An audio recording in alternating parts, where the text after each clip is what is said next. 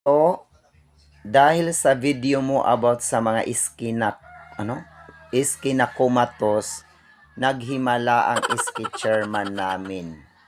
May agarang project at may pa-activity sa mga bata namin at dito sa barangay namin. Napanood niya yata yung video mo kasi naka-follow siya. Patakpan na lang po yung pangalan ko. No! Diri pwede takpan.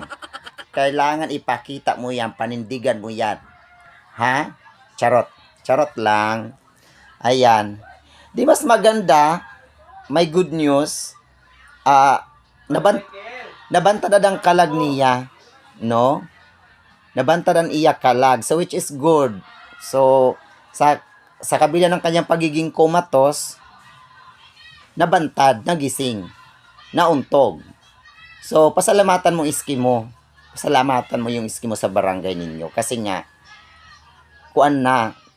namulat na sa pagiging kumatos. Ilang years ba siyang kumatos? Charot. Ayan. So, dapat lang talaga na mag-project sila. May patunayan nila. Kasi nga, sinumpaan nila yan eh. Hindi kailangan nilang mag-ano dyan. Kasi una-una, hindi naman nila pera yan. Ha? Pera yan ng mga tao. Niluklok lang sila dyan to serve sa barangay na kung saan sila naroroon. Diba? Dapat talaga may mga activity ito. Dapat diri boring ang mga youth.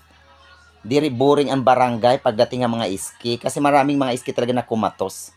Pero some of my friends naman, mga iski chairman, they are good. And they are doing their best para sa barangay nila.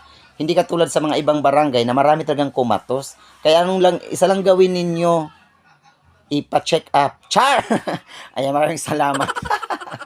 Pa-check up.